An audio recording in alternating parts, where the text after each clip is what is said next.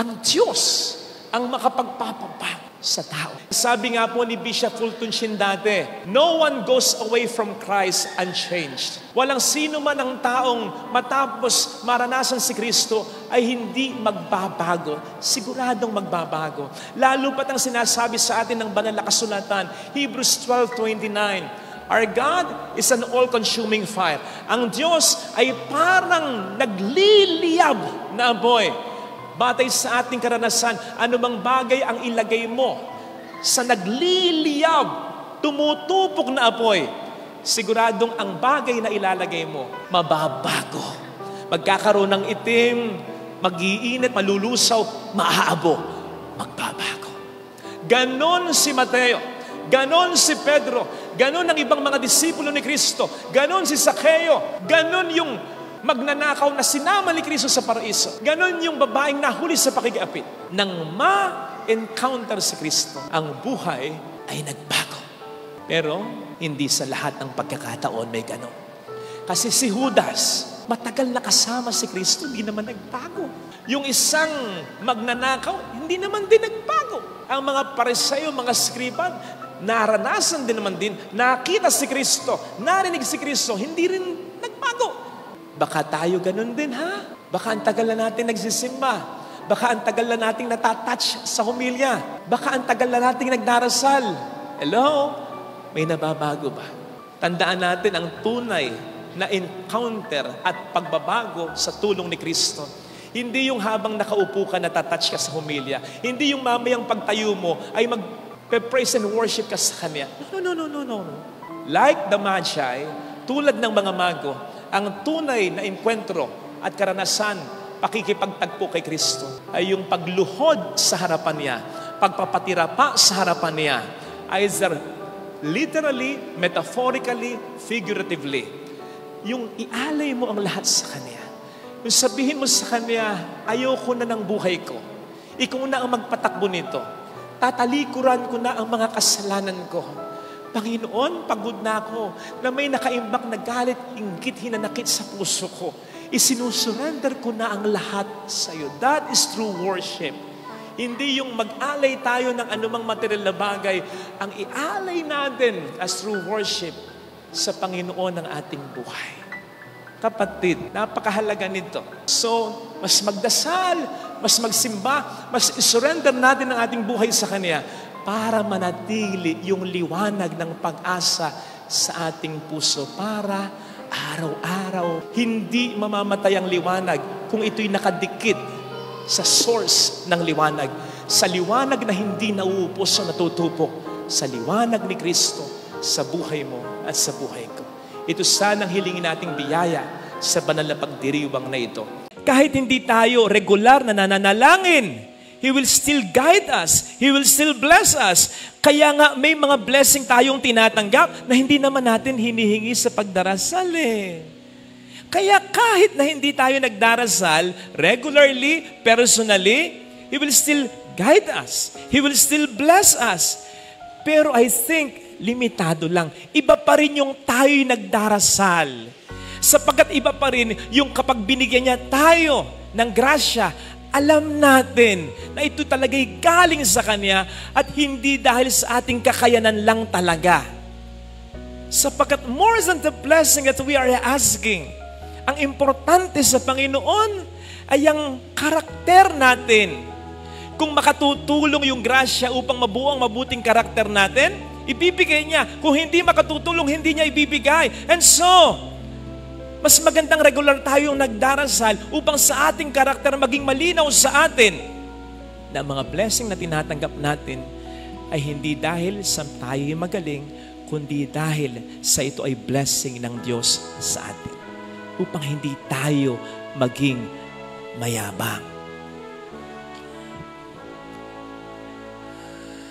May mga nagrereklamo minsan sa akin ng mga magulang.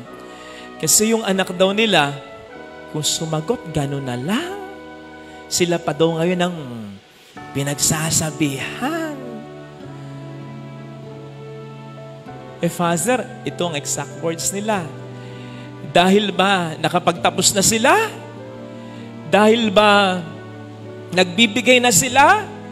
Dahil ba kumikita na sila? Ganon ba? Oo nga, ano? In the first place, sa mga anak na tulad ko, kung tayo man ngayon ay nakapagtapos na, kung tayo man ngayon ay kumikita na, kung tayo man ngayon para sa ating mga magulang ay nakapagbibigay na, hindi nga ba't ito'y dahil pa rin sa kanila? Hindi nga ba kung ano ang meron tayo ngayon na ibinibigay natin sa kanila, hindi naman din lahat. Bagamat sila, dati, kung anong meron sila, binibigay sa atin lahat-lahat. So yung binibigay natin na konti lang, kung tutuusin interest na lang, tubo na lang ng kanilang mga pagsisika para sa atin nung nakaraan. Kaya huwag tayong magmamayabang lalong-lalo na sa magulang. Sa katunayan, kung kaya pa kung kaya pa ng ating mga magulang na sila pa rin ang magtrabaho, sila pa rin ang magbigay sa atin. Kahit na tayo nakapagtapos na, kahit na tayo dalagat binata na, kahit na tayo may trabaho na at kumikita na, kahit na tayo ay may mga asawa na, kayo lang pala. Kahit na tayo ay may mga anak na, kayo lang pala. Gagawin ng mga magulang Kung kaya pa nila Kasi sino ba naman ang magulang na gustong umasa sa mga anak nila? Hindi sila sanay ng ganon.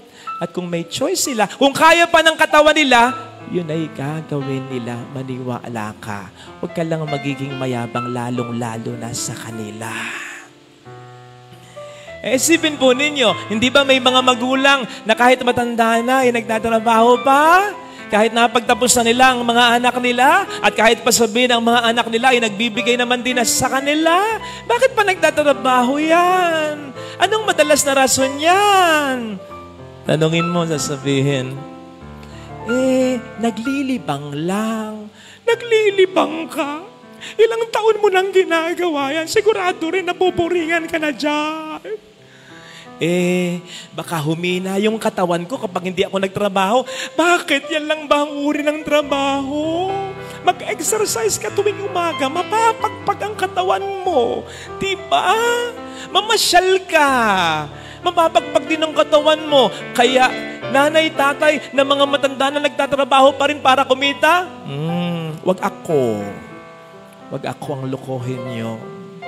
Hindi nyo ginagawa yan para may gawin lang.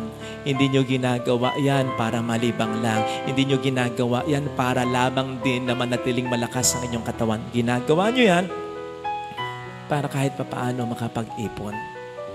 Kasi ayaw nyong istorbuhin, abalahin, o perwisyuhin ang inyong anak pagdating ng panahon. Imagine that. Imagine that. Ngayon pa lang sila mag-iipon. Ngayon pa lang. Ang tagal na nilang nagtatrabaho. Ngayon pa lang sila mag-iipon kasi yung mga kinita nila, lahat-lahat ng mga nakadaang taon, ibinigay sa iyo, sa atin, ng mga anak nila. So ngayon pa lang sila mag-iipon talaga. And mind you, yung ipon nila, sa iyo rin mapupunta sa oras na hindi naman nila kailanganin talaga. Makikita mo yan, nakabangko. Makikita mo yan, nakasaksak dun sa may sofa. Makikita mo yan, nakaplastik, nakasupot. Makikita mo yan sa ilalim ng kanilang kama. Pati yung mga binibigay mo, niipon nila. Kasi sa iyan talaga, mainam na lamang at sila yung naalala. Kaya sana, huwag tayong maging mayabang sa kahit kanino. Lalong-lalo na sa Diyos, lalong-lalo na sa ating mga magulang. Kasi tuturuan tayo ng leksyon ng Diyos pagkanyan. Ibinababa ng Panginoon ang mga mayayabang, lalong-lalo na, at in-insinuate ng Diyos ito, lalong-lalo ng anak na nagmamayabang sa magulang. Ito sana mga kapatid ng ating ipagdasal sa ating manalamin sa bilang isa sa pangunahing mensahe ng mahal na Birhen ng Fatima, bukod sa mga ibang mensahe na niya, yung magdasal tayo sa Diyos. Magkaroon tayo ng utang na loob sa Diyos. Humingi tayo ng lakas sa Diyos upang hindi tayo mag-alala tulad ng sinasabi sa ating mabuting balita ng ating Panginoon Jesus. At higit sa lahat, upang manatili tayong mababang loob. Knowing, realizing, and believing na ang lahat ng mga mabuting bagay ay galing sa Diyos. Galing sa Diyos, pinadadaan niya sa mga tao, lalo tigit sa nanay at tatay mong nagsakripisyo. Anak ka ng Diyos. Ikaw ba gusto mong nagmamakaawa pa ang anak mo sa'yo? Ikaw ba gusto mo pag humihingi yung anak mo sa'yo, nahihiya sa'yo? Daddy, pwede po ba? Hindi. Gusto mo yung naniniwala siya, hindi lang sa kaya mong ibigay yung hinihiling niya, kundi dahil sa naniniwala siyang mahal mo siya. Narinig natin sa ating binasang ebanghelyo ang talinghaga tungkol sa kaibigang nagpumilit upang siya ay mabigyan ng tinapay ng kanyang kaibigan na nasa loob ng bahay.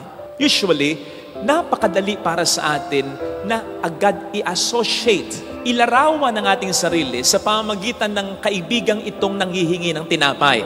Lalo pat sa konteksto ng panalangin, ay sinasabi rin ng ating gospel reading, "Ask and you shall receive, seek and you shall find, knock and the door shall be opened to you." Pero kung iisipin po nating mabuti, kung ganito ang magiging paglalarawan natin sa sarili natin, bilang yung kaibigang nanghihingi ng tinapay sa ating narinig na gospel reading, ito kaya ay magbibigay ng magandang paglalarawan naman sa Panginoon natin? Kasi kung tayo ang siyang ilalarawan, gaya ng iniisip natin, nung kaibigang pahingi naman ng tinapay at nagpupumilit na siya ibigyan, it will follow then na ang ilalarawan naman nung kaibigang nasa loob ng bahay na hinihinga ng tinapay ay ang Panginoon naman. Di po ba? Pero will this picture God as good as someone sensitive to our needs and as really generous? Tandaan po ninyo, ha? Kung ang Diyos ay ilalarawan lang nung kaibigang hinihinga ng tinapay sa loob ng bahay, tandaan ninyong yung kaibigang napakinggan nating hinihinga ng tinapay na nasa loob ng kanyang bahay ay napilitan lang kaya nagbigay. And so he was moved not by his friends' dire need, but because of his friends' persistence. Kung hindi pa napilit, kung hindi pa nakulitan, baka nga, kung paglalaruan po natin yung eksena, yung kaibigang napilitang magbigay ng tinapay, baka nung ibigay yung tinapay, sa kanyang kaibigang pumilit sa kanya, ay sinabi pa, ayan ay tinapay mo, isaksak mo sa baga mo. Tulog na kami, sabi ko na sa'yo, hindi na ako makabaka, pinilit mo pa ako. Ayan tuloy, nagising yung mga anak ko, pating mga alaga kong hayop. Hirap magharbol ng tulog. O yan na, last mo na yan. Sapagkat mula ngayon, wala ka ng kaibigan. Sabay, slam ng pintuan. Isipin nga ninyo, ganun ba ang Diyos? Ang Diyos ba kumikilos? Hindi dahil tayo may matinding pangangailangan, kundi dahil siya'y napipilitan lang na pagkatapos magbigay, baka tayo pa'y pagalitan. Last mo na yan, ang kulit mo. Huwag naman ganyan. Na sa ating paglalarawan, maging magandang imahe natin at wala na tayong pakialam sa maging imahe ng Panginoon natin. Imagine being represented by a friend who is persistent, positive, and then allowing God to be represented by a friend who is inconsiderate, negative. Huwag ganon. Para lang yan, mga nagpapapicture na walang pakialam sa itsura ng kanilang mga kasamahan. Kaya yung kanilang mga kasama, nagtataka. Alam nung kanilang mga kasama na maganda yung picture nila, na-check nila. Yun ang style natin. Pag nagpapicture, tingnan ko nga, nakakita ng kanyang mga kasama, maganda naman ang kanilang itsura doon sa picture nila na nasa kanyang phone o camera. Kung bakit hindi nito pinopost, hindi nito pinoforward sa kanila para silang makapag-post. Ang hindi nila alam, na-delete na. Bakit? Yung may-ari ng phone, nakita niya picture niya, pangit ang itsura niya. Kaya nagtataka yung mga kasama. Minsan naman, nagugula.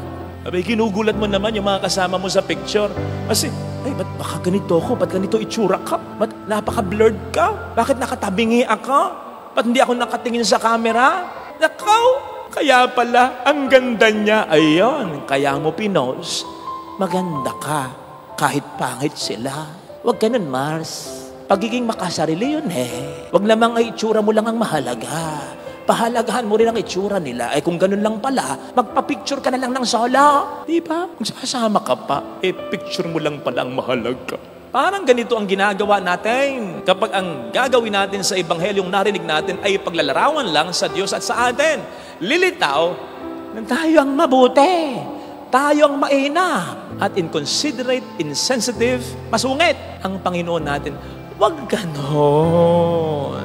Besides, ang gamit po ng talinghaga ay hindi lang paglalarawan eh. Hindi lamang ito ilalarawan mo, halimbawa, yung mga tauhan sa talinghaga, ilalapat mo sa tunay nating karanasan. Iyon madalas ang function ng talinghaga. On the other hand, may function din ang talinghaga kung minsan na hindi paglalarawan lang, kundi pagpapakita ng malaking kaibahan ng mga tauhan sa Ebanghelyo o sa talinghaga sa tunay nating karanasan. In the case of the gospel reading today, hindi ito paglalarawan lang. Ito'y pagpapakita rin ng malaking kaibahan, lalong-lalo na ng Diyos, dun sa talinghaga na ating napakinggan.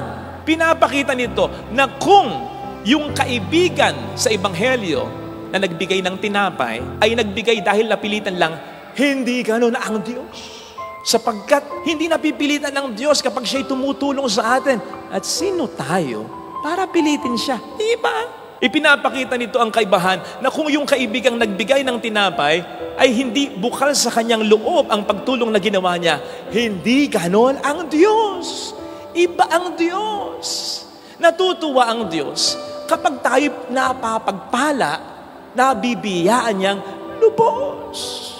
At ipinapakita nito ang kaibahan na hindi lamang tayo kaibigan ng Diyos, tayo'y mga anak ng Diyos. Kaya mas lalong hindi tayo kayang tiisin ng Diyos. Kaya nga po, kung titingnan natin yung simula ng ating gospel reading, yung karugtong nito ay yung Ebanghelyo kahapon. Kung nagsimba po kayo, ang Ebanghelyo kahapon ay tungkol sa panalangin itinuro ng ating Panginoon. Ama namin, sumasalangit ka, sambahin. Kung saan pinatawag ni Jesus sa atin ng Diyos na Ama natin. Ama nating natutuwa kapag binibigay ang pangangailangan natin.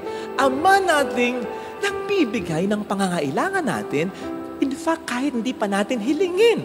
At ang mga patunay niyan ay ang mga biyaya na tinatama sana natin dahil kailangan natin kahit hindi natin hinihiling. Kailangan nating araw-araw na mabuhay, di ba? Tuwing gabi ba, bago ka matulog, pinagdarasal mo na kinabukasan sana buhay ka pa? Hindi natin araw-araw, gabi-gabi pinagdarasal yan. Pero araw-araw buhay tayo sapagkat kailangan pa nating mabuhay at kailangan pa tayo ng ating mga mahal sa buhay. Ganun ang Diyos bilang Ama. Ni hindi mo pa iniisip, ni hindi mo pa sinasabi, naiisip, at ipinibigay na niya. Yes, kailangan pa rin nating manalangin. Kailangan pa rin nating kumatok, humanap, at humingi. Kailangan pa rin nating constantly ay manalangin. Pero hindi upang siya ipilitin, kundi upang ang relasyon natin sa Diyos ay mas lalo pang lumalim. Experience will tell us na mas lumalalim ang relasyon natin sa isang tao kapag lagi nating nakakapiling, nakakausap, nakakanig ito. Ganon din ang Diyos. No wonder sa itinuro niyang panalangin, ang sabi sa atin, sabihin ninyo, bigyan mo kami ng aming kakanin araw-araw para araw-araw tumawag tayo sa Kanya. Hindi yung ating papakyawin na, Lord, bigyan mo ako ng pagkain ko, isang buwan ha? Yung pang isang linggo ha? Kailangan pa rin nating humiling upang mas makapag-establish tayo sa tulong ng Diyos ng isang malalim na relasyon sa Panginoon natin.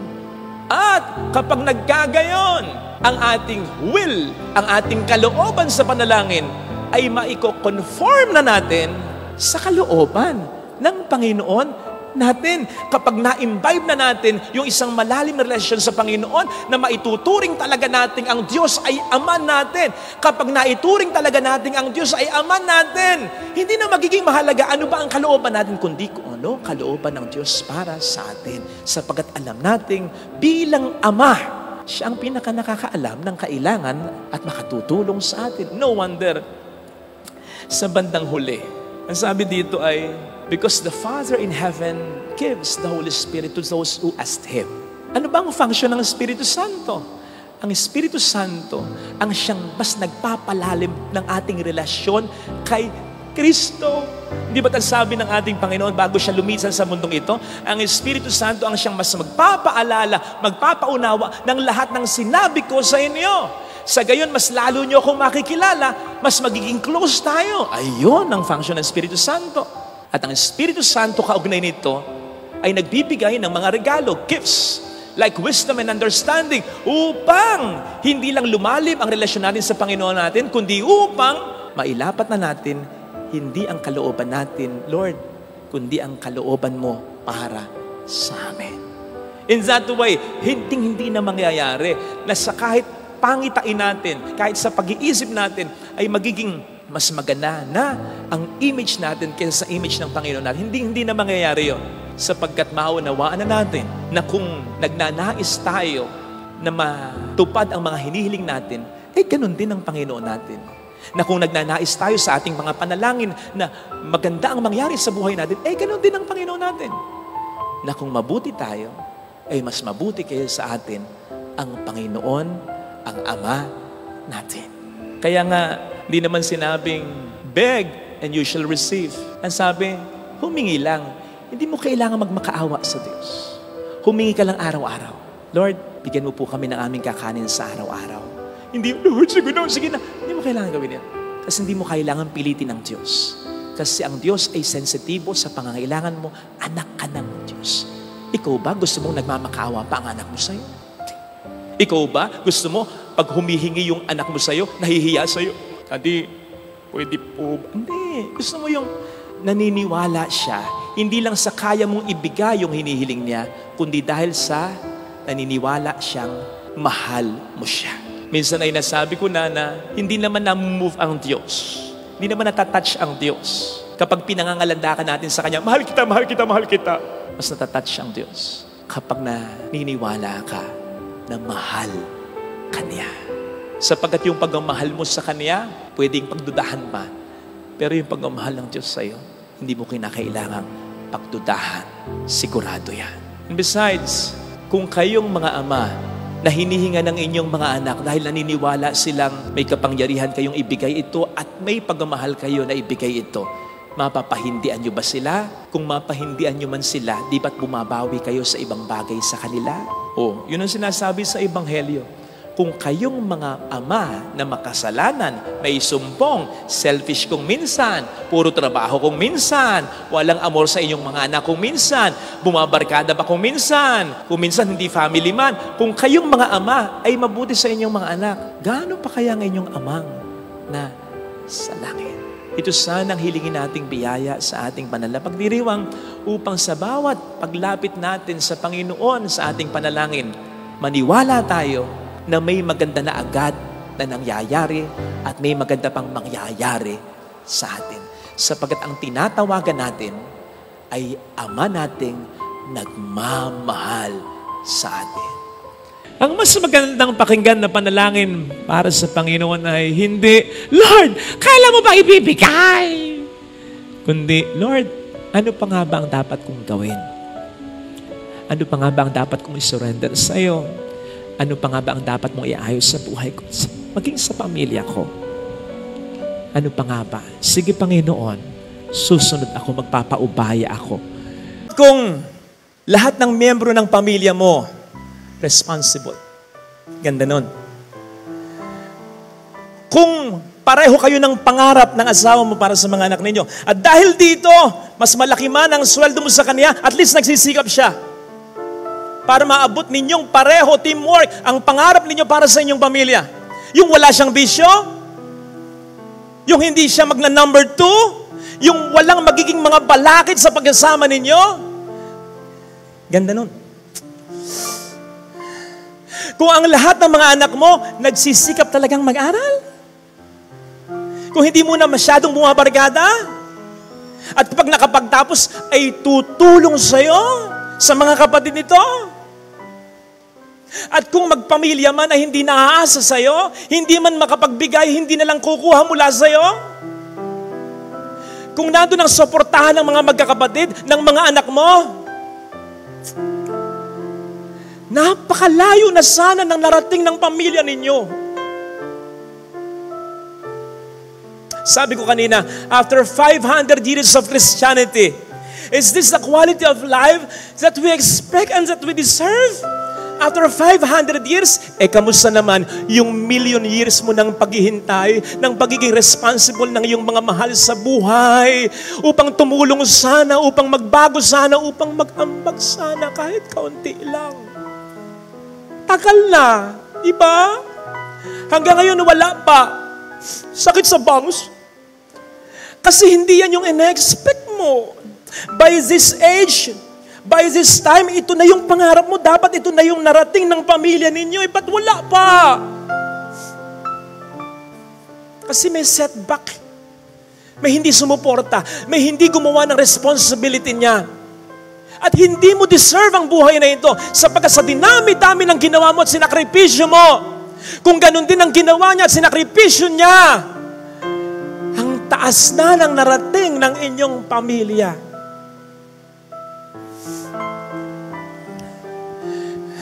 I feel for you. Marami kong na-encounter na ganito. Pero isa lang ang payo ko sa kanila at sasabihin ko din sa'yo. Do not give up. Don't give up on your dream for your family. Father, iniwan ako ng asawa ko. Father, irresponsable yung mga anak ko. Ano bang pangarap para sa pamilya? Your family cannot afford anymore to have another setback. Kung naging irresponsible siya, huwag mong gayahin. Kung naging unfaithful siya, huwag mong gayahin. Kung naging selfish siya, huwag mong gayahin. May katulong ka pa. Sino?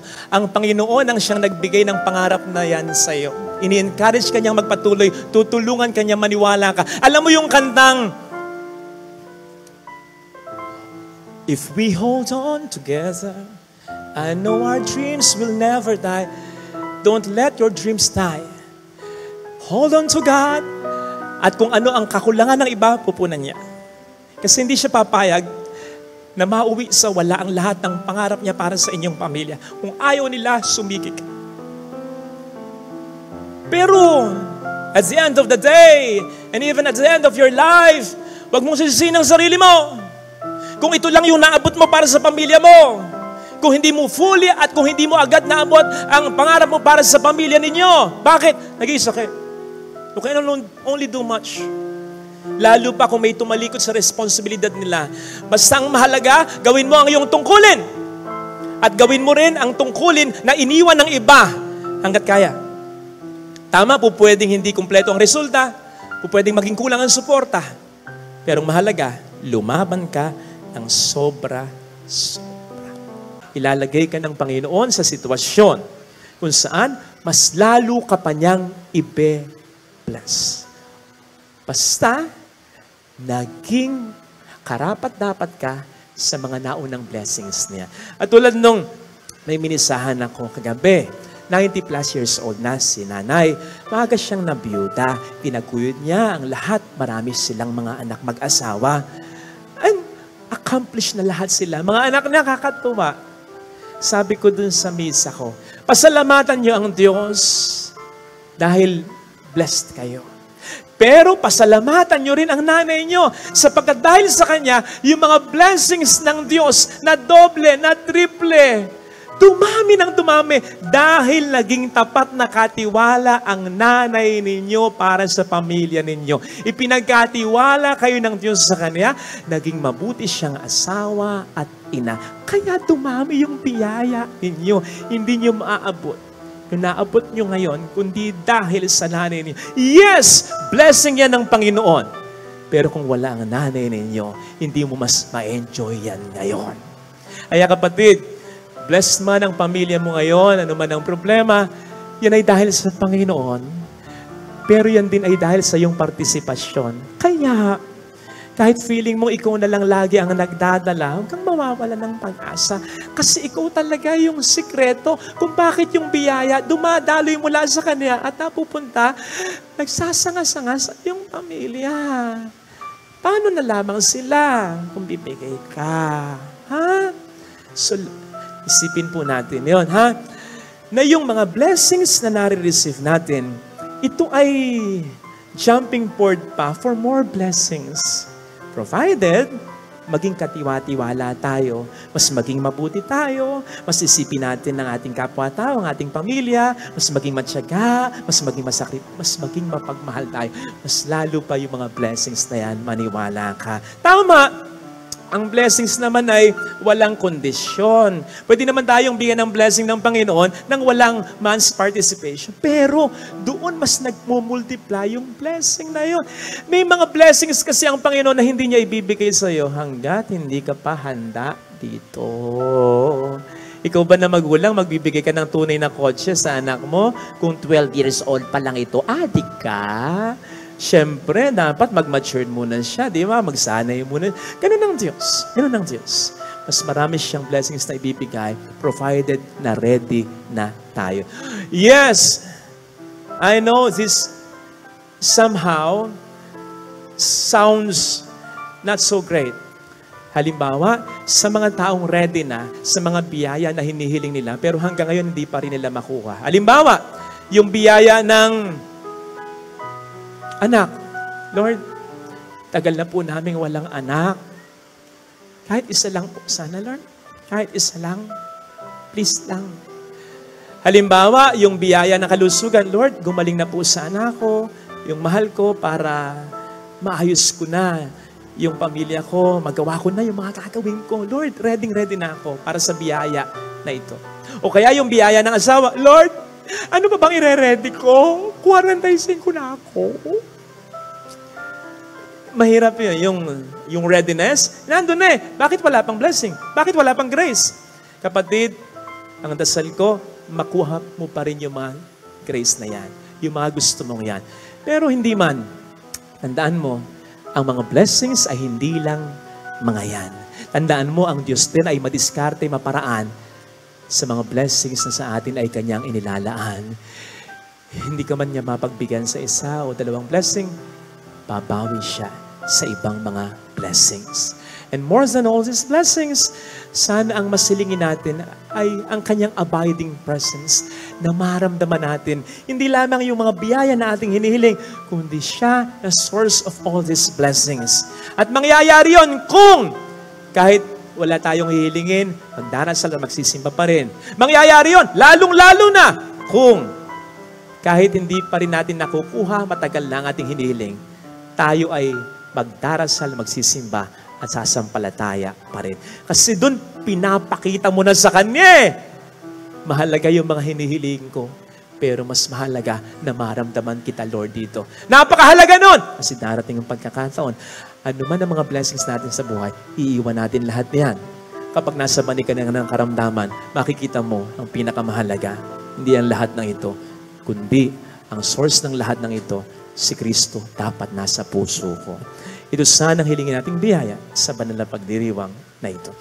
Father, kanan-knockdown ko lang, kadadapa ko lang, parang walang katapusan, tapos patuloy ang paglaban. Parang hindi ko na mayaayos ang lahat ng ito. Nananahimik ako, dumating kayo, nagpadasal kayo, nang hindi nangyari, sisihin mo pa ako. Ano man ang problema mo ngayon, hindi ko sasabihin, ayos yan. Pero sasabihin ko sa iyo, nasa maganda kang okasyon para magbilagro at maghimala sa buhay mo ngayon ang Panginoon. Walang mangyayari kung lahat kayo mag-give up. Dapat may lumaban.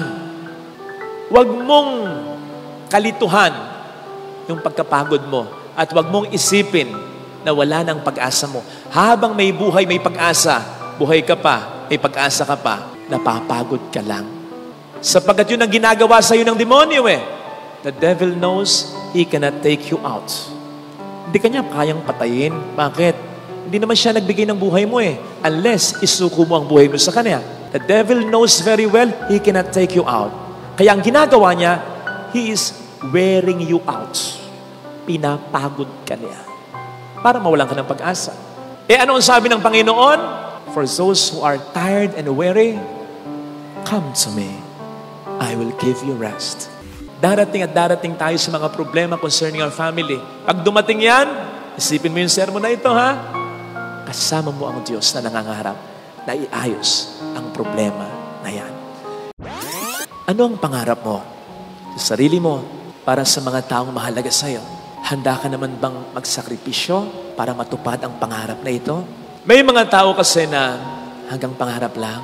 Sabi nga nila, libre ang mangarap, walang bayad. Yun tayo Kaya nangangarap halos lahat. Pero pag kinakailangan na maghirap, ayawan na. Ang nakikita mo lang, yung maganda ng estado ng taong hinahangaan o baka nga kinaiinggitan mo pa. Kasi successful na siya, fulfilled na siya. Hindi mo nakikita yung mga sakripisyong binata niya, maabot lamang sa tulong ng Diyos ang estadong kinalalagyan niya. Narinig po natin sa ating mga pagbasa, ang pangarap ng Diyos sa atin noon pa manguna. Ano? Ang maligtas tayo. Kaya ginawa niya ang lahat para dito. Nandiyan tayo'y nilikha niya, nandiyan tayo'y tinubos niya ng sariling buhay pa niya, ng pagkakatawang tao niya. Nakita niyo na, kapag ang Diyos ang nangarap, hindi lang dahil makapangyarihan siya at kaya niyang gawin ang lahat, talagang tinatrabaho niya, pinagsisikapan niya para matupad niya. That is why, kapag siya ang nangarap, pwedeng maantala, pwedeng magkaaberya along the way. Pero sa huli, mangyayari pa rin ang dakilang kalooban niya. Ito ang dapat na magbigay sa atin ng pag-asa para sa ating mga pangarap. Lalo na kung maiaalay natin ang pangarap natin sa pangarap ng Diyos para sa atin. Ito ang dahilan kapag may nagpapapray over sa akin with the intention, halimbawa, Ader, pray over nga, eleksyon, manalo sana ako sa eleksyon. Father, pray over para po makapasok ako sa trabaho na gusto ko, para mag-boom yung negosyo ko. Father, pray over para makapag-abroad ako. Father, something like that. Marinig man niya o hindi, talagang sinasabi ko sa panalangin ko kapag pinipray over ko yung mga taong kanyan. Ganito, Panginoon, matupad sana ang pangarap mo para sa Kanya. Ayun! Lumalagay ako sa sigurado. Mahirap nang mag-pray over sa inyo. Masisi niyo pa ako. Pray over ako, hindi ako nanalo. Hindi ako nakapasa. Denied ako. Hindi ako nakapasok sa trabaho. Hindi nag-boom yung negosyong gusto ko. Nananahimik ako, dumating kayo, nagpadasal kayo, nang hindi nangyari, sisihin mo pa ako. Doon ako sa sigurado. Hindi sa pangarap mo, kundi sa pangarap ng Diyos para sa iyo. Sapagkat kung pangarap mo lang, kung pag-isikap mo lang, hindi mo maabot ang pangarap mo. Maabot mo man, hindi mo maabot ang tunay na kaligayahan para dito. Pero kapag pangarap ng Diyos sa iyo ang pinag-usapan, ilista mo na, siguradong mangyayari, maniwala ka. At kapag nangyari, siguradong mararamdaman mo yung kapayapaang sinasabi ng Panginoon ipagkakalob sa iyo. Kapayapaang hindi maintindihan ni numan. Kapayapaan dahil natupad sa buhay mo ang pangarap ng Diyos para sa iyo. Sapagkat yun ang mas makapagpapasaya, mas makabubuti hindi lang sa iyo, kundi sa mga taong nakapaligid at maapektuhan ng buhay mo. Pero dapat, magsikap ka pa rin. Dapat, magtrabaho ka pa rin. Dapat, magpakabuti ka pa rin. Dapat, magdasal ka pa rin. Hindi dahil nakadepende sa lahat ng ito ang pagkatupad ng mga pangarap ng Diyos para sa atin. It's just that we must show to God that we are willing. Kasi kahit gusto niya at ayaw naman natin o hindi tayo worthy, bakit niya ibibigay sa atin ang pangarap niya para sa atin? Di ba? Pero wag ka. Pag natupad ang pangarap niya para sa iyo, dahil nagsumikap ka rin, pinakita mong gusto mo, yun ang makabubuti at makapagpapasaya sa iyo. At sa mga taong maapektuhan ng buhay mo, as I said. Tingnan po ninyo sa halimbawa na ipinakita ni Justin Brownlee. Di ba? Antindi? Tindi ng ginawa niyan. Huwag na lang natin pag-usapan muna yung kontra Jordan. Kontra China. Iba. Nakalain mo, Ang tindi nung tambak sa atin, nahabol natin, nag-spearhead siya. Tapos yung less than 2 minutes, lamang pa ng 7 ang China, home court pa nila. Akalain mong sunod-sunod yung puntos ng taong yan? Including that game-winning 3, game-winning basket. Boom! Patay. Sabi nga nung maraming mga Pilipino, dapat gawin na yung national hero. Dapat ipagpagawa na natin yan ng rebulto. Naturalized player natin yan bilang Pilipino, ha? Pero alam po ba ninyo na hindi yan ang una niyang pangarap? Ang una na talaga niyang pangarap ay makapag-NBA talaga. Nag-try out siya? Yes, hindi lang minsan. Couple of times, pero hindi pinalad. Kasi masyado raw yatang maliit yung height niya sa height na hinahanap na forward sa NBA. Kaya dito siya sa atin napadpad. Pero pwede ba nating sabihin sa kasamang palad? I don't think so. Kasi kung pag-uusapan, kasikatan, I think kung naging NBA player siya, mas marami mas sikat kaysa kanya. Ngayon talaga sikat siya. Pag-usapan pera, palagay ko, mas malaki ngayon ang kinikita niya sakaling naging NBA player siya. With all the favors na binibigay sa kanya, inaalagaan talaga siya. Lalo na ng Barangay Ginebra. Ngayon pa, ng buong Pilipinas pa. At kung naging NBA player siya, pwedeng ang magmahal lang sa kanya, isang estado lang sa Amerika, New York, Indiana, parang ganun lang. Pero ngayon, mahal na mahal siya ng buong bayang Pilipinas. So pwedeng hindi nangyari yung unang pangarap niya.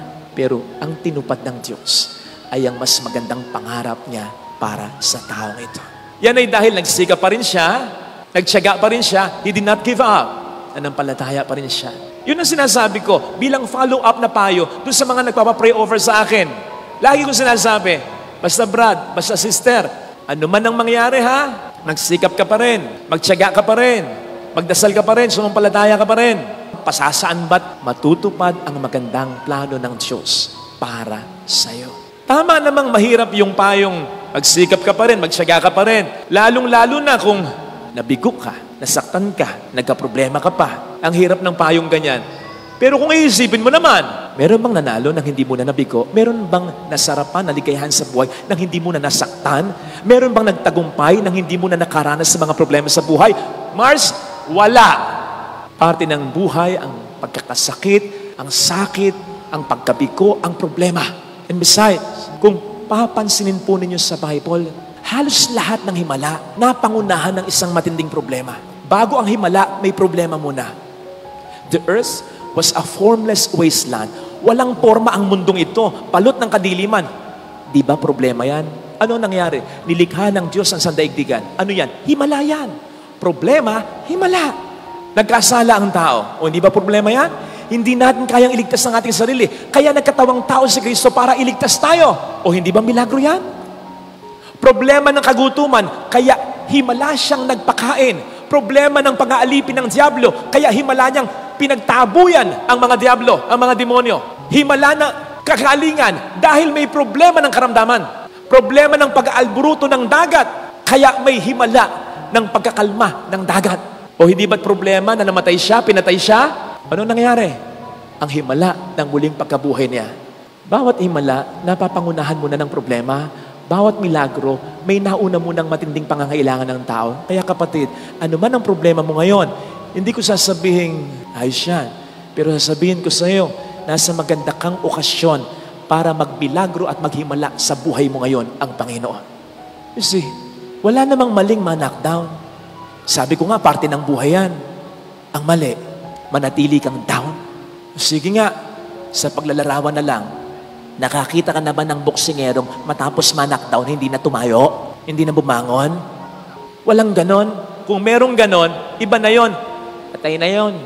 Delikado na yon. Lahat ng boksingero, kahit ma-knockdown, tumatayo para makabawi. Hindi man sa boxing muli kapag nabilangan na, kundi sa ibang bagay sapagkat alam niya, tatayo at tatayo siya. Hindi lang boxing ang buhay. Marami pang mga laban na kung dapat pagtagumpayan at kung pwedeng mapaglabanan, mapagtagumpayan sa aking buhay. Ganon din sa buhay. Kung ma-knockdown ka, niloko ka, hindi lang yan ang buhay. May sakit ka, hindi lang yan ang buhay. Hindi nag-boom yung negosyo, yun lang ba negosyo? Hindi ka napasok sa trabaho, yun lang po ba ang trabaho? Yan lang bang taong yan ang makapagpapasaya sa'yo? At hahayaan mong uminog dyan ang mundo mo sa pagkatalo, pagkabigo, sa problema ang naranasan mo? Amon, na-knockdown ka, do not stay down. Laban! Father, kana-knockdown ko lang, kadadapa ko lang, parang walang katapusan, tapos patuloy ang paglaban. Parang hindi ko na mayaayos ang lahat ng ito. Sino bang nagsabi sa'yo, lahat ay tapusin mo, lahat ayusin mo? Masyado ka lang nabibigatan kasi iniisip mo na yung 10 years from now, 5 years from now, iniisip mo na agad, dapat magkaganito, dapat maayos to, dapat maayos yon.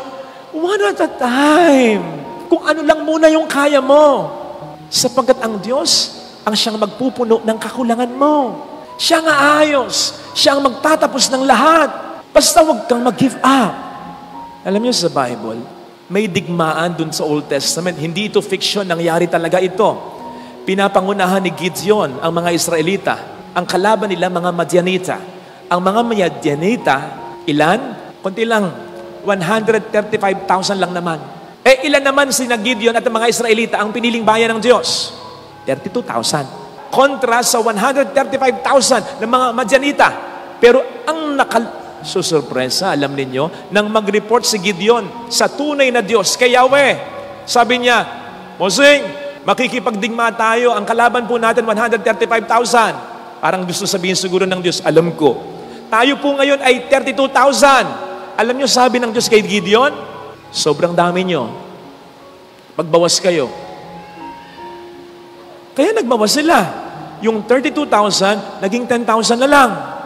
Nag-report si Gideon sa Diyos, Lord, we only have 10,000. Alam niyo, sabi ng Diyos, marami pa rin yan.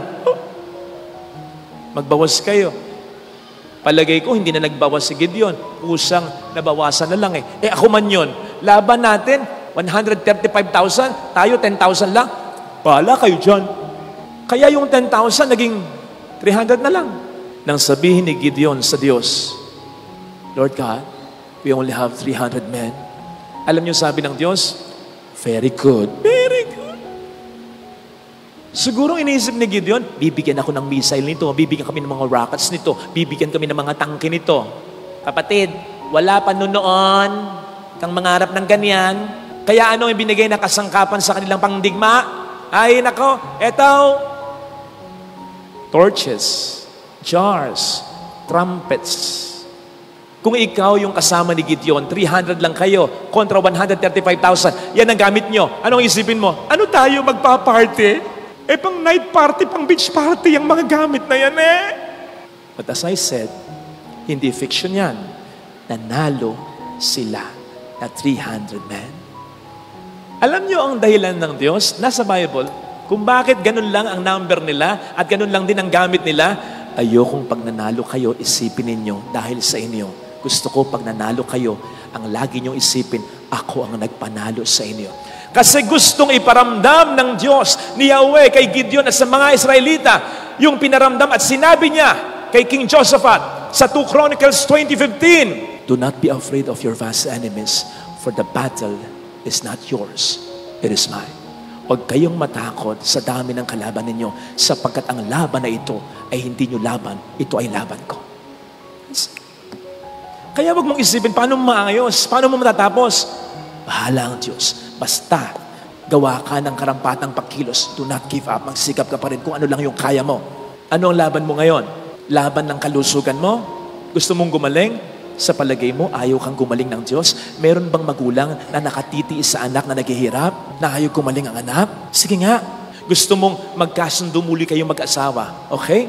Meron bang Diyos na ayaw magkasundo ang mag-asawa? Siya ang nagpag-isa sa inyong dalawa?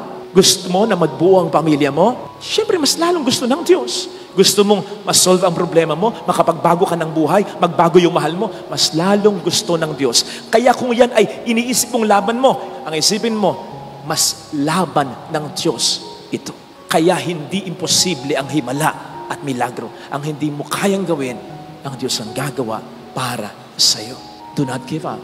Nang in-interview si Coach Tim Cone, maliwanag ang sabi niya, hindi siya makapaniwala. Naging very honest siya. Last 2 minutes daw, nag-give up na siya. Totoo, nag-give up na siya. Hindi lang niya sinabi sa mga players niya. Sa loob-loob daw niya, Hindi pwedeng manalo kami. Sigurado to, olats to, talo to. Tanggap na niya.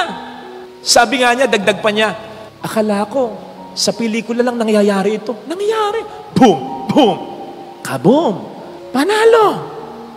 Eto ngayon ang itatanong ko sa inyo. Di ba sabi ko, do not give up para may himalang maganap? Nag-give up eh. Bakit may himala pa rin naganap? Sagot, siya mismo ang nagsabi, nag-give up ako, pero hindi ang mga players ko. Kaya may nangyaring milagro. Kapatid, si Coach Tim Cone lang naman ang winningest, pinakamaraming naipanalong kampyonatong coach sa kasaysayan ng PBA, nag-give up. Darating ang pagkakataon sa buhay mo, sa dinami-dami ng problema ng pamilya ninyo, yung pinakamatalinong kilala mo sa pamilya, pinakamaysay sa pamilya, pinakamayaman, pinakamakapangyarihan, baka siyang magsabi, ayoko na, give up na, wala na tayong magagawa. Pag ganon, do not give up. Para may mangyari pa ring milagro, may himala pa ring maganap. Walang mangyayari kung lahat kayo mag-give up. Dapat may lumaban. Huwag mong kalituhan yung pagkapagod mo at huwag mong isipin na wala ng pag-asa mo. Habang may buhay, may pag-asa, buhay ka pa, may pag-asa ka pa, napapagod ka lang. Sapagkat yun ang ginagawa sa iyo ng demonyo eh. The devil knows he cannot take you out. Hindi kanya kayang patayin. Bakit? Hindi naman siya nagbigay ng buhay mo eh. Unless isuko mo ang buhay mo sa kanya. The devil knows very well he cannot take you out. Kaya ang ginagawa niya, he is wearing you out. Pinapagod ka niya para mawalan ka ng pag-asa. Ano ang sabi ng Panginoon? For those who are tired and weary, come to me. I will give you rest. Alam ng Panginoon mapapagod ka. Alam niya. Kaya yung demonyo, inuunahan na niya. Pag napagod ka, huwag kang lalapit sa demonyo. Mas lalo kang mawawalan ng pag-asa, diskarte sa buhay. Lumapit ka sa akin. Bibigyan kita ng kapahinga sapagkat maginhawang dalhin ang aking pasanin. Father, teka. Sabi mo, bibigyan niya ako ng pahinga. Bakit bibigyan niya pa rin ako ng pasanin? Ganito. Ang pasaning ibibigay niya ay mas kaya mo sapagkat kasama na siya sa pagbubuhat nito. Alam po ninyo yung pamatok na nilalagay dito sa batok ng isang animal, halimbawa baka o kalabaw o asno, nasanay tayo dito sa Pilipinas na isa lang nakalagay, di ba? Isang hayop lang, nakalagay isang pamatok lang. Sa mga Israelita, si Jesus ay isang Hudyo. Dalawa yan. Dalawang animals yung nagdadala. So magkahugpong na dalawang pamatok. So in essence, sinasabi ng Panginoon, ito ang pamatok na ibibigay ko sa iyo. Karpintero ko, ako ang gumawa nito. Isang batok sa batok mo, isang pamatok, yung isang pamatok sa akin. At dahil mas malakas, mas makapangyarihan ako sa iyo, akong mas magdadala ng problemang ito. Basta, lumakad ka para madala kita sa pangarap ko para sa iyo. Yun lang. Yun lang hinihingi sa atin ng Diyos. Do not give up. Huwag kang mawawalan ng pag-asa. Lagi kong sinasabi, hindi ka buhay ngayon kung wala nang magandang balakin para sa iyo ang Panginoon. Lalong-lalo na when it concerns your family. Sa mga nagpapapray over, manalo sa eleksyon. Sa mga nagpapapray over, magka-asawa pa kahit may edad na. Sa mga nagpapapray over na magkapera. Sa mga nagpapapray over na sana matanggap sa ganitong gustong trabaho, mag-boom yung negosyo. Medyo hindi pa ako sigurado eh. Kaya yun ang sinasabi ko, matupad nawa ng Diyos ang maganda niyang pangarap para sa iyo. Hindi ko sigurado na yung pangarap mong negosyo, pangarap mong trabaho, pangarap mong manalo sa eleksyon, kung yan din ang pangarap niya para sa iyo. Pero isang bagay sigurado ko, pagdating sa pamilya, pagdating sa pagbabago, pagdating sa pagbabago ng mahal mo, pagdating sa pagkakasundo ng mga anak mo, pagdating sa pagnanais mong maayos ang pamilya mo, yun, sigurado ako, pangarap niya yun para sa iyo. Di ba, yan ang pangarap natin lahat? Di naman ng mga material na bagay kundi ang maayos na pamilya at mga mahal sa buhay. Darating at darating tayo sa mga problema concerning our family. Pag dumating yan, isipin mo yung sermon na ito, ha? Kasama mo ang Diyos na nangangarap na iayos. Siguro naman, nakapagtapon na kayo sa basurahan. And of course, ang tinatapon natin, yung mga bagay na hindi na kailangan. Mga bagay na sira na, luma na, pwede nang dispatcha. At kung minsan, iba't iba rin ang paraan ng pagtatapon sa basurahan. May mga nagtatapon na basta tinatapon lang. May nagsushoot naman para malibang-libang. Pero meron ding nagtatapon ng may matinding galit na nararamdaman. Yung sukat, mabasag yung basurahan na gano'n. Sa inis, sa stress. Wala naman ang tinatapon natin. Ano man din ang paraan ng pagtatapon natin. Sana, huwag natin itong gagawin sa pananampalataya natin. Sinabi ko po ito sapagkat narinig natin sa ating unang pagbasa sa sulat sa mga Hebreo ang isang maliwanag na paalala o warning mula sa mga unang Kristiyano noon hanggang sa mga Kristiyano sa atin ngayon. Sabi dito, huwag niyong pabayaang mawala ang pananalig niyo sa Diyos. Sa Tagalog, medyo manipis pa, medyo magaan pa. Kasi mas gusto ko yung translation sa English na ganito, do not throw away your confidence in God. O di ba mas diretso? Kasi kung literal mong isasalin ito, ang pupwedeng ibig sabihin nito, huwag mong itatapon ang pananampalataya mo. Mas diretso ito kasi yung sense nung una, yung Tagalog, huwag niyong hayaang mawala ang pananalig niyo sa Diyos. Para bang may sense pa ito na hindi mo sinasadya na mawala ang pananampalataya mo. Pero yung do not throw away your confidence in God. Ang sense nun, mayroong deliberate, conscious attempt to throw it away and therefore to lose it. Anyway, parang ito yung sense nung sa Matthew 10:46, I think. Yung istorya ni Bartimeo, na isang bulag, nang marinig niya si Kristo. Ano ginawa niya? He threw away his cloak. Hindi ito basta bumagsak lang sa lapag. Talagang tinapon niya. Bakit? Alam niyang hindi na niya ito kakailanganin pa kapag pinagaling na siya. Yun, maganda yung sense doon. Pero pagdating sa pananampalataya natin sa Panginoon, huwag ganun. Yung deliberate at consciously natin itong itatapon, mas mahirapan tayo pag ganon. Mas malala pa tayo sa nagtampo sa sinaing o sa kanin pag ganon. Sapagkat alam naman natin ang ginawa, ang ginagawa at gagawin pa para sa atin ng ating pananampalataya. Dahil sa ating pananampalataya, tayo naging tunay na mga anak ng Diyos.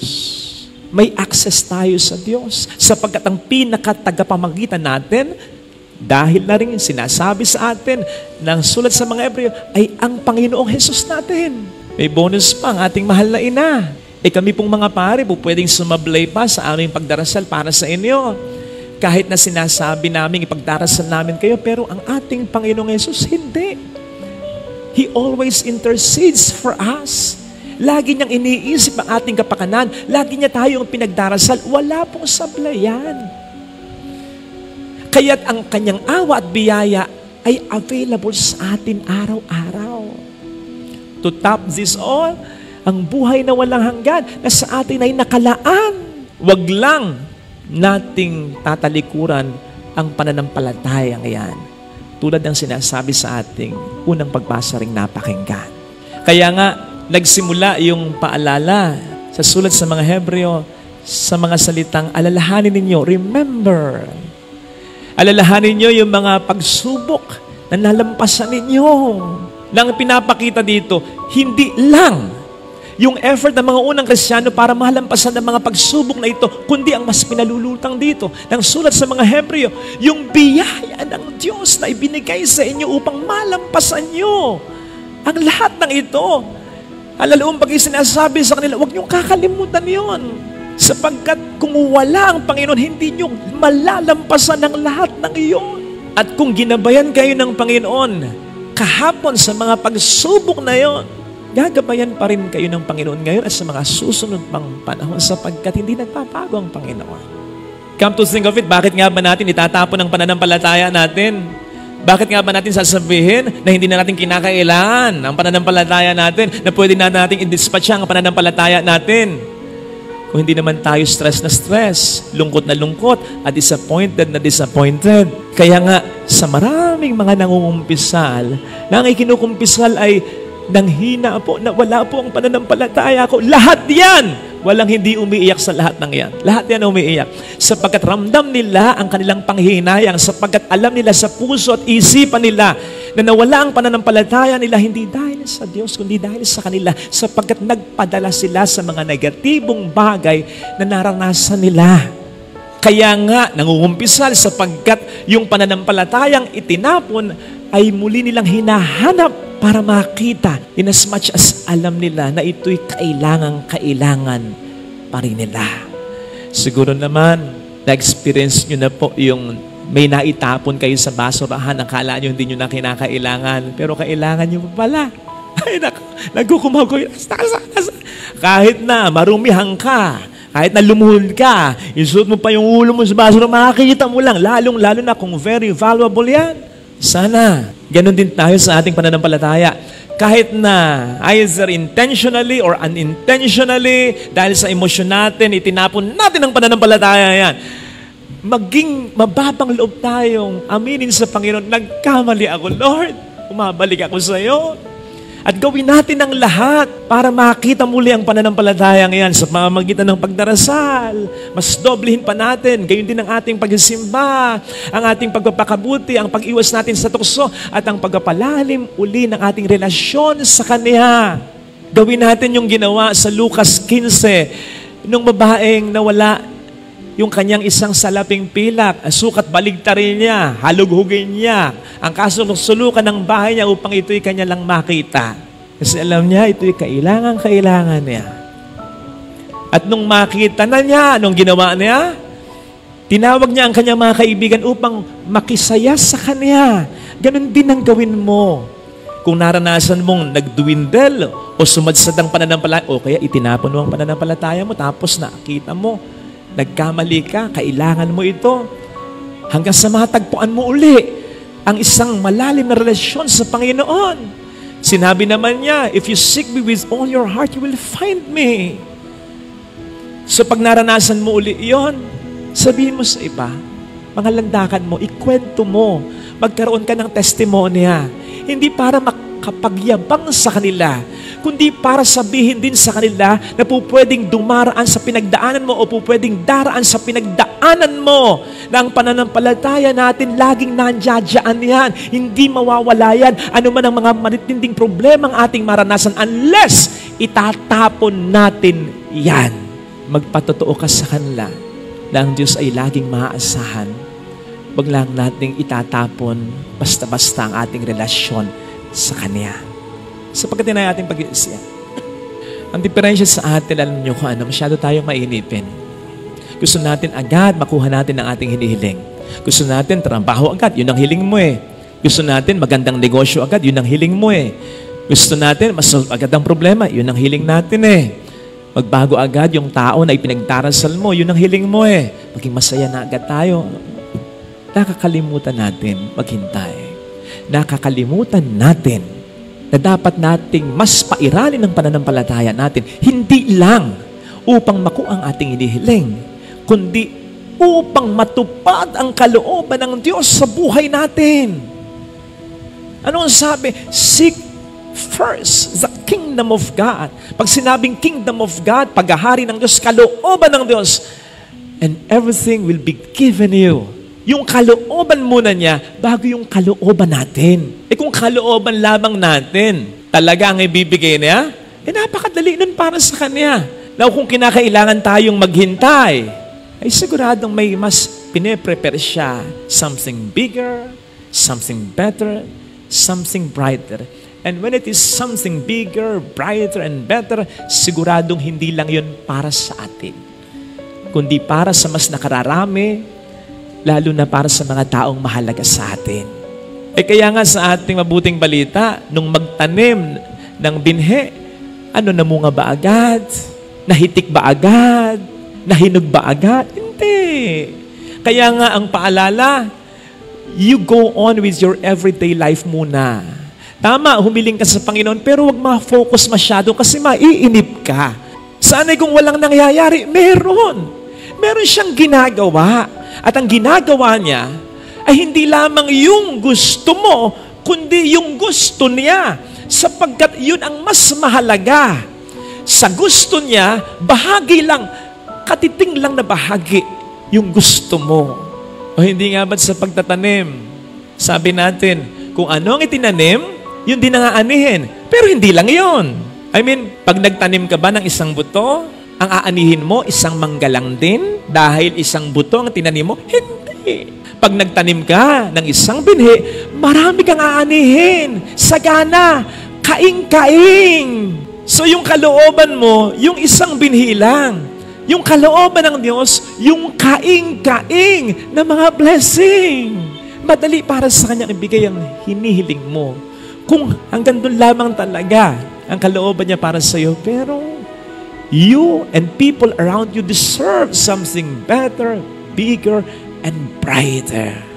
Kinakailangan munang matupad ang kalooban ng Diyos para sa atin bago natin makuha ang ating hinihiling. Kaya dapat, kapag tayo nagdarasal ng ating mga hinihiling, gaano man tayo kaatat, ma-receive yung ganyang blessing. Ang mas magandang pakinggan na panalangin para sa Panginoon ay hindi, Lord, kailan mo ba ibibigay? Kundi, Lord, ano pa nga ba ang dapat kong gawin? Ano pa nga ba ang dapat kong isurrender sa iyo? Ano pa nga ba ang dapat mong iayos sa buhay ko? Maging sa pamilya ko. Ano pa nga ba? Sige, Panginoon, susunod ako, magpapaubaya ako. Sa gayon, palagay ko, mas mabibilis ang pagtupad ng Panginoon sa ating hinihiling. Sapagkat yung pagpapaubaya natin sa Kanya ay bahagi ng mas mahalaga niyang kalooban para sa atin, para sa bawat isa. Huwag nating ipilit yung gusto natin na maisasacrifice, yung gusto ng Diyos para sa atin, sapagkat mas malaki ang mawawala sa atin. Bibigay sa iyo yung isang manggalang, hindi yung kaing-kaing. Hindi ko alam, pero pwedeng applicable. Yung nangyari sa alipughang anak, sabi niya, gusto ko yung mana ko, bigay mo na. Binigay sa kanya. Pero tingnan ninyo, yung ibibigay pala doon sa hindi nagmadali sa mana niya, yung panganay na anak, although nagkamali din naman, ito talaga. Pero anong sabi ng ama? Ang lahat ng sa akin ay sa'yo. So mas maraming blessing yun. Hindi lang yung para sa kanya, kundi kung ano din yung para sa akin, ibibigay ko din sa'yo. So ito sana mga kapatid, ang hilingin nating realization para sa araw na ito. Lalo pat sa mga blessing na hinihiling natin, dala rin ng mga problemang nararanasan natin ay naiinip na tayo, naiinis na tayo, nabubuwis na tayo. Huwag. Maging matyaga sana tayo.